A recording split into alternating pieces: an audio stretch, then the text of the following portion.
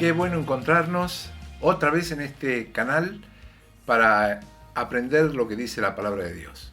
Hoy tenemos a Esteban Beise de la Iglesia de Munro nuevamente. El miércoles pasado ya estuvo con ¿A dónde van las almas de los creyentes? Y hoy va a ser ¿A dónde van las almas de aquellos que no han creído en Cristo? Como motivo nuevo de oración quiero dejarles el agradecimiento por aquellos enfermos que han mejorado, que están mejorando, que estamos orando, pero también orar por las familias que tienen necesidad, porque este sábado vamos a estar de 14 a 16 horas, o sea, de 2 de la tarde a 4, entregando bolsones de alimentos y ropa. Las familias que ya recibieron, las hemos contactado y nos han pedido ropa de distintos talles, así que si usted tiene ropa en buen estado, limpia, tráigala a la iglesia que la hacemos circular. Hay muchas familias necesitadas. Una de ellas, el padre de una de las nenas, falleció este sábado también. Así que tienen mucha necesidad, no solo de alimento material, de ropa, sino también de acompañamiento, de asistencia espiritual. Oremos por las familias de necesidades, que tienen necesidades. Y para aquellos que se adhirieron hace poquito a los devocionales de Job, los invito a que sigamos juntos, nos manden al WhatsApp de la iglesia el mail y se lo mandamos todos juntos para que se puedan poner al día. Son unos lindos estudios que estamos teniendo día a día, breves, pero que nos llevan también a ver la presencia de Dios y el crecimiento. Vamos a escuchar a Esteban a ver qué tiene para decirnos y agradecemos a todos los que nos mandan mensajes. Agradecemos a todos aquellos que nos comentan que les son de utilidad de distintos lados, no solo de la iglesia, así que aprovechemos, abrimos la palabra de Dios y aprendamos. Que el Señor nos bendiga en este día. Hola queridos hermanos, vamos a seguir con nuestro estudio acerca de dónde van las almas y cómo están las almas tanto de los creyentes como de los inconversos. Estuvimos viendo en el video pasado dónde y cómo están las almas de los creyentes y ahora vamos a estudiar un poquito el tema de los inconversos. ¿Qué pasa con sus almas? ¿A dónde van? Para eso vamos a leer el pasaje de Lucas 16 a partir del versículo 19. Allí dice: había un hombre rico que se vestía de púrpura y de lino fino y hacía cada día banquete con esplendidez. Había también un mendigo llamado Lázaro que estaba echado a la puerta de aquel, lleno de llagas, y ansiaba saciarse de las migajas que caían de la mesa del rico, y aun los perros venían y le lamían las llagas. Aconteció que murió el mendigo y fue llevado por los ángeles al seno de Abraham. Y murió también el rico y fue sepultado. Y en el Hades, acá está el pasaje central, y en el Hades alzó sus ojos, estando en tormentos, y vio de lejos a Abraham y a Lázaro en su seno. Entonces él, dando voces, dijo: Padre Abraham, ten misericordia de mí, y envía a Lázaro para que moje la punta de su dedo en agua, y refresque mi lengua, porque estoy atormentado en esta llama. Pero Abraham le dijo: Hijo, acuérdate que recibiste tus bienes en tu vida, y Lázaro también males, pero ahora éste es consolado aquí, y tú atormentado. Además de todo esto, una gran sima está puesta entre nosotros y vosotros, de manera que los que quisieren pasar de aquí a vosotros no pueden, ni de allá para acá. Entonces le dijo: Te ruego pues, padre, que le envíes a casa de mi padre, porque tengo 5 hermanos, para que les testifique, a fin de que no vengan ellos también a este lugar de tormento. Y Abraham le dijo: A Moisés y a los profetas tienen, óiganlos. Él entonces dijo: No, padre Abraham, pero si alguno fuere de ellos de entre los muertos, se arrepentirán. Mas Abraham le dijo: Si no oyen a Moisés y los profetas, tampoco se persuadirán, aunque alguno se levantare de los muertos. Entonces tenemos acá el relato de un hombre evidentemente inconverso que llegó, después de haber sido sepultado su cuerpo, llegó su alma y se despertó en el Hades. Entonces vamos a ver un poquito lo que es la posición del inconverso. En contraposición a la posición del creyente que es o que está en Cristo, ¿qué pasa con el inconverso? Y justamente lo contrario. Ellos están separados, alejados de la ciudadanía celestial y no reconocidos por Cristo. Se encuentran sin Cristo, sin Dios, sin esperanza en este mundo, como dice Efesios 2:12. La ira de Dios está sobre ellos, Juan 3:36. Ahora, ¿dónde van? Lo hemos visto en esta historia. Van al Hades, y en el Hades alzó sus ojos, decía nuestro pasaje. Su estado era miserable en gran manera, así como las almas de los creyentes entran a disfrutar de los gozos celestiales. Los inconversos, el alma de ellos, tan pronto como se separan de la morada de la carne, se hallan en tormentos y sufrimientos sin remedio, sin pausa y sin fin. Pero ¿cómo era el estado del alma de este inconverso? Es, en primer lugar, una existencia consciente, así como los creyentes, absolutamente consciente. El hombre rico en el Hades sentía, hablaba, razonaba, recordaba, rogaba, protestaba, y lo más trágico, sufría sin poder revertir absolutamente nada. Entonces, las almas de los inconversos se encuentran en el Hades absolutamente conscientes de una situación irreversible. También es una existencia en tormento. Varias veces aparece esa expresión de atormentado. Estoy atormentado en esta llama. El verbo en el original da la idea de estar en una angustia dolorosa similar. La misma expresión se utiliza para los dolores de parto. Obviamente, cuando hablamos allí de llama, es un símbolo del remordimiento que el rico siente por haberse conducido de una forma que le llevó a este lugar. Ahora bien, asegurar que esta llama es literalmente un fuego material equivale a asegurar que el alma del rico tenía lengua, que el alma de Lázaro tenía un dedo. Evidentemente no es esto así en forma material. Estamos hablando de cuestiones espirituales. Son modos de hablar muy corrientes en la Escritura.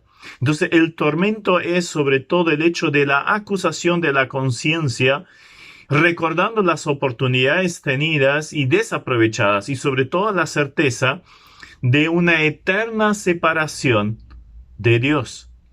La relevancia que tiene el sufrimiento de la lengua, porque dice que moje la lengua del hombre rico, pareciera indicar que en su vida fue un hombre muy blasfemo, y en los banquetes que se dio no tuvo compasión de los demás, entre ellos Lázaro, que estaba ahí a la puerta.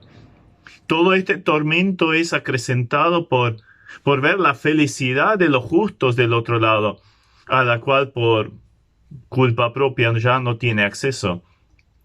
Es una existencia también sin posibilidad de comunicarse con los que están en la tierra, los vivos, aunque se los recuerde, porque recordaba de sus hermanos y sabía la cantidad que tenía.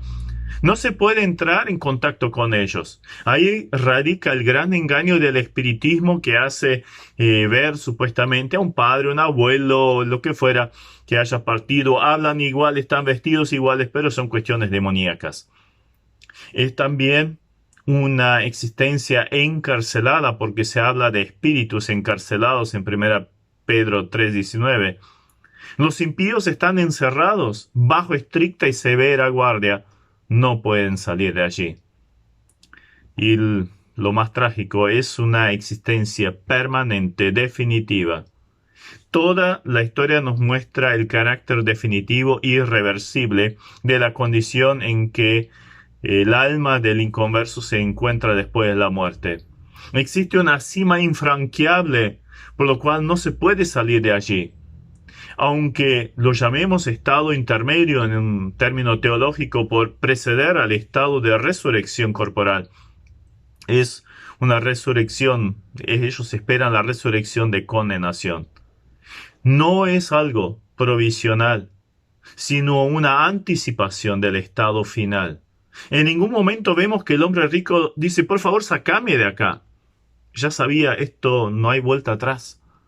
Entonces, como podemos ver por la afirmación de Abraham acerca de los hermanos del hombre rico, la única solución para que ellos no llegaran también a ese lugar, al Hades, es que lean la Biblia. en este caso el Antiguo Testamento, y por medio de la lectura de la palabra de Dios, llegaran a la fe salvadora que los llevaría al cielo. Entonces la decisión radica ahí. Tomar la decisión por Cristo, en nuestro caso, de creer en Él como Salvador, es la única solución para evitar este lugar. Ahora bien, en cuanto a este tema, hay otras creencias más respecto al estado intermedio después de la muerte. Hay algunos que afirman que es el sueño del alma, o sea, una existencia en que el alma simplemente duerme, que no es consciente de gloria ni de condenación después de la muerte. A lo largo de la historia de la Iglesia hubieron varios grupos que adhirieron a esa postura. Hoy en día, básicamente son los que se llaman testigos de Jehová, los que creen en esto. Esta creencia se basa en el error de suponer que necesitamos un cuerpo para actuar, para tener alguna actividad, o también para ser conscientes de nosotros mismos, pero Dios es espíritu, absolutamente consciente y activo. Los ángeles, ¿qué son? Seres espirituales y absolutamente activos. Entonces, no hay ningún problema que nosotros, siendo almas, tengamos acción, recuerdos, sentimientos, etc. Entonces no hay ningún problema en creer en cuanto a lo que la Biblia enseña. Tenemos que reconocer, sí, que existen pasajes que hablan de la muerte como un sueño, como un dormir, pero se refieren no al alma, sino al cuerpo. ¿Recuerdan la hija de Jairo? No, la chiquita duerme y se reían de Jesús. Lázaro duerme, entonces los discípulos dijeron, bueno, entonces le va a ir mejor. Entonces Jesús dijo, no, está muerto, pero voy a ir a levantarlo. Los creyentes que comieron indignamente de la cena del Señor en 1 Corintios 11, algunos duermen. Se refiere a creyentes. Su cuerpo está muerto, su alma obviamente está en la eternidad. Ahora, qué consolador es para el creyente ver la muerte como un sueño. Los salvos descansan esperando la redención corporal, o sea, la resurrección que va a ser en el momento de la venida de Cristo. Ahora, frente a esta realidad, la pregunta que surge es que si los creyentes que murieron tienen noción de lo que sucede en la tierra. O sea, hay algo relacionado, podemos saber, ya estando en el cielo, nuestra alma, qué es lo que está pasando en la tierra. Pasajes bien específicos al respecto no tenemos en la Biblia, pero al menos hay algunos que insinúan algo, que nos pueden dar una indicación. ¿Recuerdan la aparición de Moisés y de Elías en el monte de la transfiguración? 6 días antes de ese evento, Jesús había dicho que iba a ir a Jerusalén donde sería martirizado y moriría. Entonces Pedro, inspirado por Satanás, quiso impedir, que esto no te suceda, por lo que el Señor lo exhorta vehementemente. Ahora, 6 días después de esto, aparecen entonces Moisés y Elías, y de acuerdo al pasaje de Lucas 9, 31, hablaron con Jesús acerca de estos eventos futuros que habrían de suceder, de los sufrimientos. Por lo tanto, pareciera que los que ya partieron tienen cierto conocimiento de lo que sucede en la tierra. Ahora sí, en cuanto a Lucas 15:7, recordamos las palabras del Señor, digo que así habrá más gozo en el cielo por un pecador que se arrepiente. O sea, todo el cielo se entera cuando hay una conversión. Entonces, evidentemente, cada uno de nosotros, en el momento que hemos aceptado a Jesucristo como Salvador, nuestro nombre sonó en el cielo y todos se enteraron.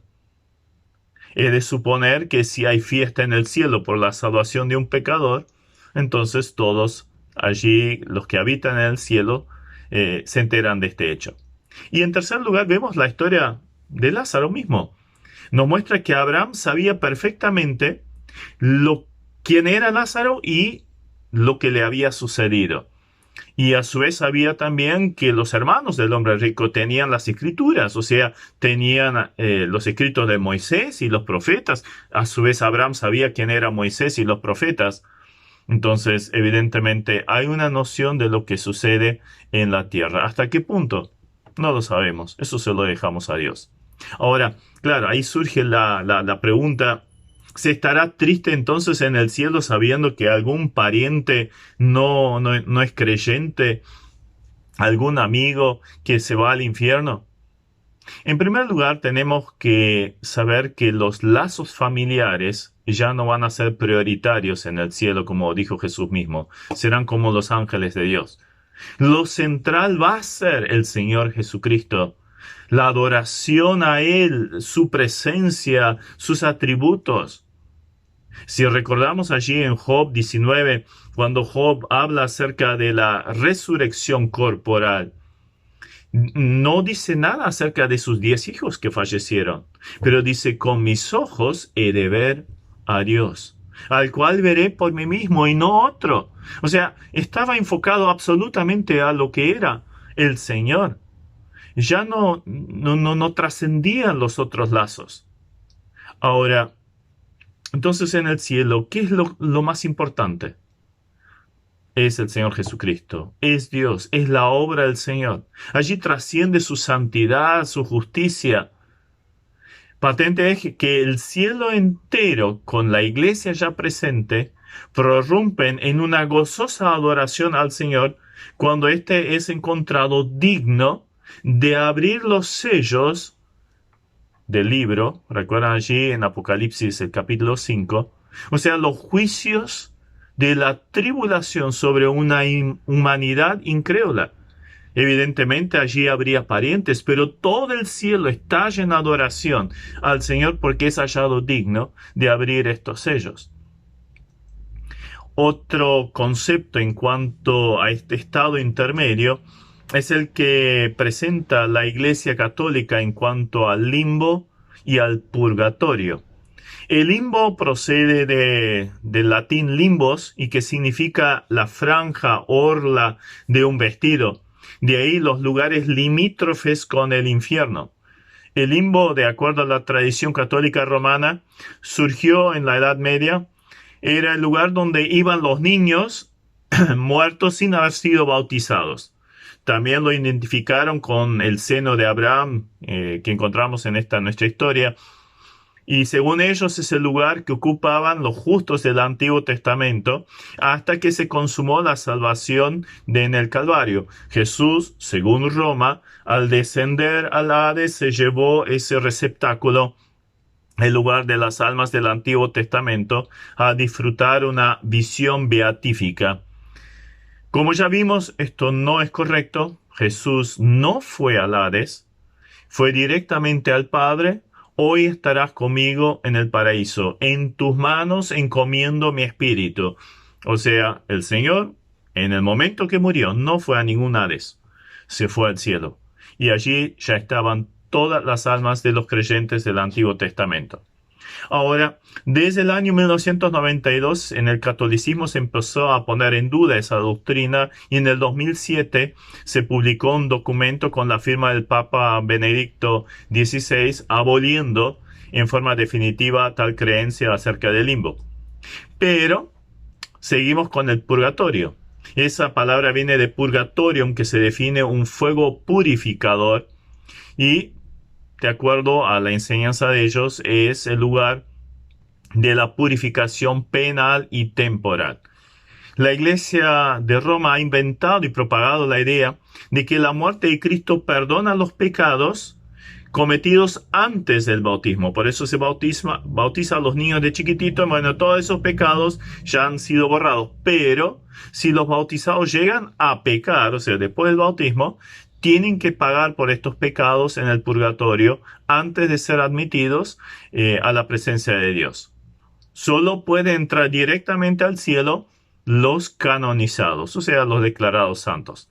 Pero esto aún se siguen haciendo misas por los papas muertos hace siglos.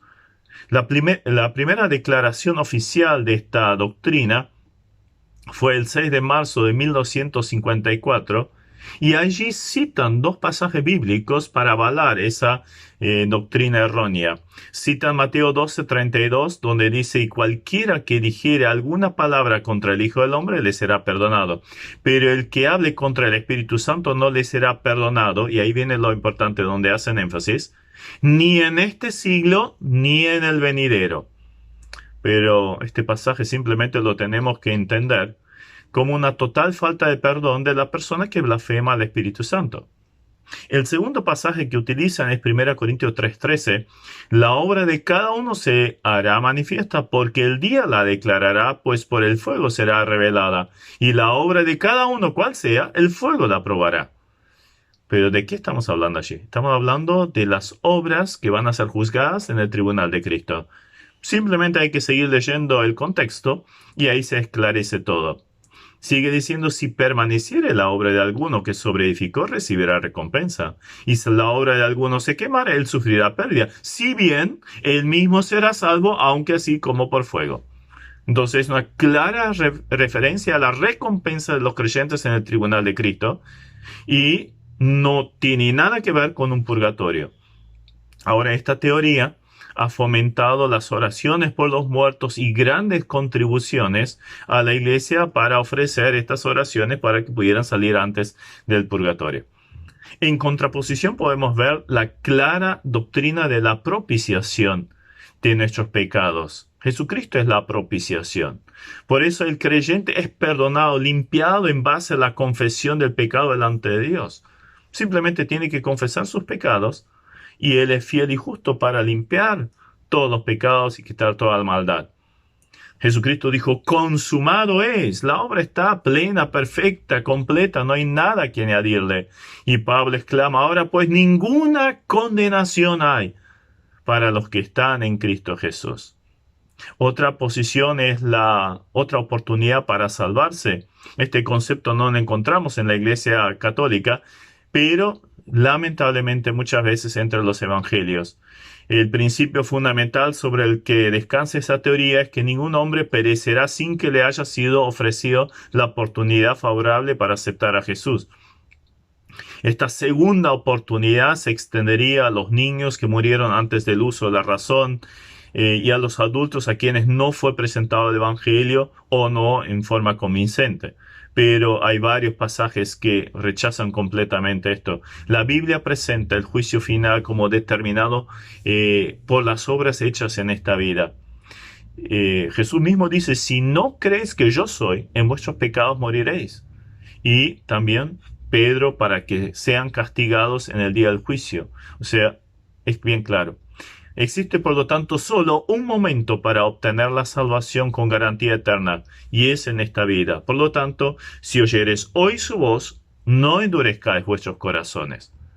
También está otra doctrina, la de la restauración universal, que aún el diablo, o sea, todas las personas y aún el diablo en algún momento se van a convertir y llegarán al cielo, porque Dios es un Dios de tanto amor que no va a permitir que almas, personas hechas por Él, y que por un poco de tiempo han pecado, estén toda una eternidad sufriendo en el infierno. Obviamente se basan en pasajes bíblicos también. Jesús dijo: yo si fuera levantado de la tierra, a todos atraeré a mí mismo. Pero sigamos leyendo el contexto. En el 48 de Juan 12 dice: el que me rechaza y no recibe mis palabras, tiene quien le juzgue. La palabra que he hablado, ella le juzgará en el día postrero. Y así podríamos seguir. Es bien claro que esto tampoco es real. Algunos hablan de la cesación de existencia, sobre todo los ateos, materialistas. Así como un perro se muere y deja de existir, entonces también el ser humano. Pero Hebreos 9:27 dice: de la manera es que está establecido para los hombres que mueran una sola vez y después el juicio. O sea, todos van a tener que pasar frente al juicio de Dios. O sea, hay una eternidad. Está la transmigración del alma, o sea, la reencarnación, pero otra vez podemos usar el mismo pasaje. Está establecido que mueran una vez y después el juicio. No hay eso de la reencarnación. Entonces, concluyendo, aunque existan muchos conceptos, obviamente hay muchos otros en otras religiones, teorías humanas respecto de una posible vida de ultratumba, la única verdadera es la que encontramos en la Biblia. Y ahí podemos tener absoluta seguridad de la salvación del alma o también la trágica realidad de la perdición eterna si no se aceptaba a Jesucristo. Entonces, para los que somos creyentes, una seguridad firme. Nada ni nadie nos puede separar del amor de Dios que es en Cristo Jesús. El que tiene al Hijo tiene la vida eterna. Pero el que rehúsa creer en el Hijo no tiene la vida, sino la ira de Dios está sobre él. Por tanto, si es esta tu realidad, toma la decisión por Cristo hoy. No lo dejes para más adelante. Podría ser la última oportunidad. Y los que somos hijos de Dios, démosle la gracia a Dios por su perfecta, completa, eterna salvación. Y vivamos de acuerdo a eso, para su gloria. Amén.